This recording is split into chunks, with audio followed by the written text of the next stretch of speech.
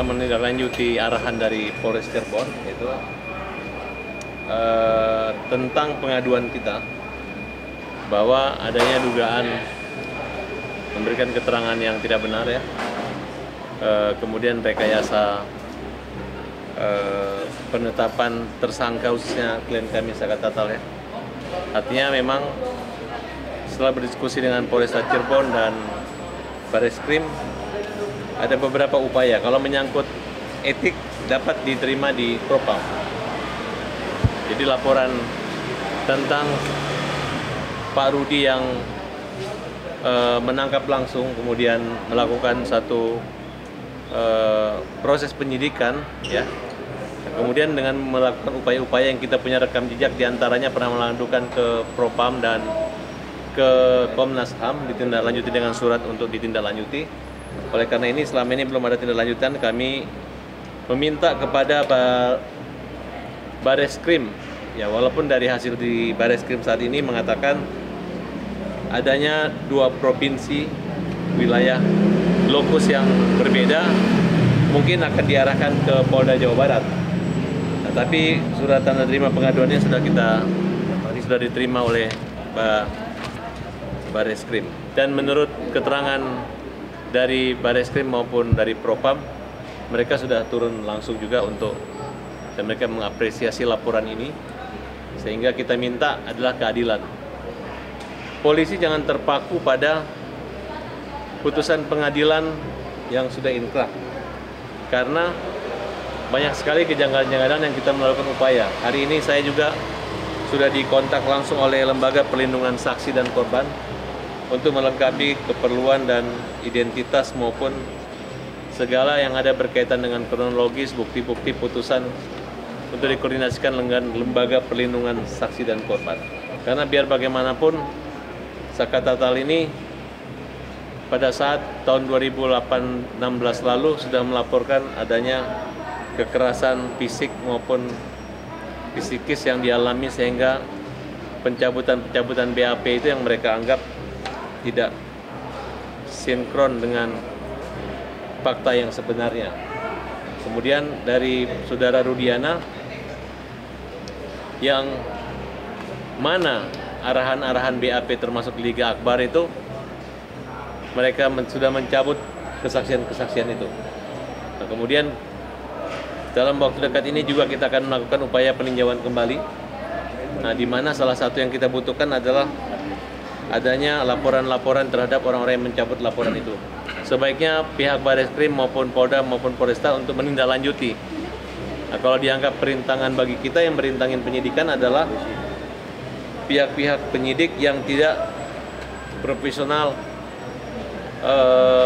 membuktikan adanya CCTV, kemudian membaca visum maupun hasil otopsi, sehingga orang-orang yang tidak bersalah, sebagian tidak bersalah inilah yang merasa Saka Tatal keberatan, sehingga kita perlu meluruskan kembali bahwa bagaimana mengajak pihak kepolisian untuk mencermati lagi bagaimana tuntutan dakwaan jaksa, kemudian bagaimana pertimbangan majelis hakim. Kita lihat apakah pantas seorang Saka Tatal yang memang sudah menjalani hukuman ini untuk mendapat perlakuan seperti itu. Ya, memang saya lihat ada beberapa kejanggalan di dalam putusan-putusan hakim yang kita akan tuangkan dalam memori PK nanti. Ya, mudah-mudahan Saka Tatal akan mendapat keadilan, dan itu kan awal dari PK kita itu akan membuat titik terang buat terungkapnya. Walaupun mereka pernah dihukum, tapi minimal pihak polisi maupun jaksa hakim tidak pernah terjadi salah tangkap dan salah orang dalam perkara ini. Paling lama awal minggu depan, mudah-mudahan hari Jumat sudah bisa kita daftarkan karena tinggal satu novum yang kita anggap sangat penting, dan novum ini akan menjadi pertimbangan dan keyakinan hakim bahwa Saka Tatal tidak berada di lokasi pada malam itu, dan Saka Tatal tidak ada kaitan dengan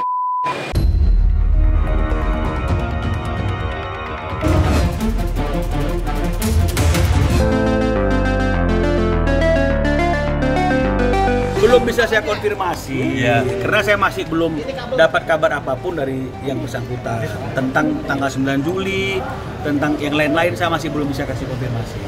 Nanti pada waktunya saya akan sampaikan semua terbuka, nggak ada yang akan saya tutup-tutupi. Tapi hari ini memang kita lagi masih ada beberapa hal yang kita tunggu.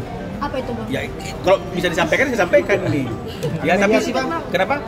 Ya nanti coba makanya, nanti pada waktunya kita akan sampaikan biar semuanya menjadi jelas dan teman-teman jadi tahu juga ya. Dan terima kasih ya perhatiannya kepada Ruben, mohon doanya biar semuanya berjalan dengan lancar.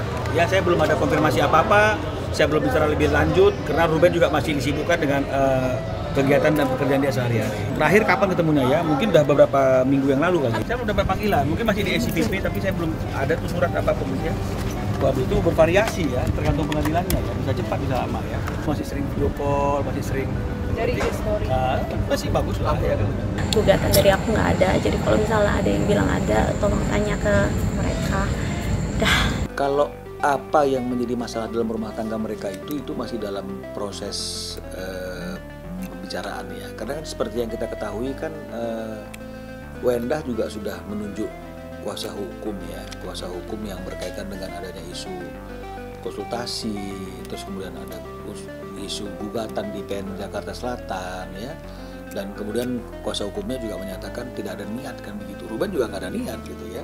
Jadi dengan kondisi yang seperti itu sebenarnya masalah yang timbul itu masih bisa dimediasi lah melalui kami karena lagi bicara intens nih ya, kuasa hukum Ruben, saya dengan kuasa hukum Sarwendah sekarang lagi coba bicara gitu ya, untuk mencari titik temu kira-kira rumah tangga ini mau seperti apa, masalahnya mau diselesaikan seperti apa. Kalau saya melihatnya seperti ini, nggak ada rumah tangga yang nggak ada keributan ya, nggak ada rumah tangga yang terbebas dari badai rumah tangga ya.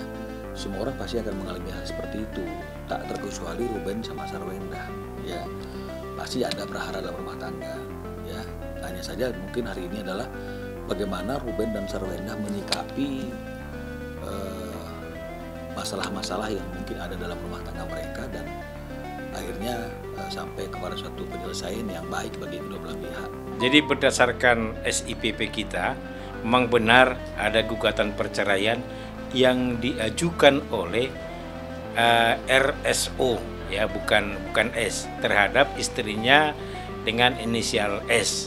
Diajukan terdaftar di sini tanggal 11 Juni 2024 dan oleh Ketua Pengadilan telah menunjuk hakim yang akan mengadili perkara ini, dan oleh hakim tersebut telah menentukan hari persidangannya pada tanggal 9 Juli 2024. Yang mengajukan gugatan itu RSO ya, RSO melalui kuasa hukumnya.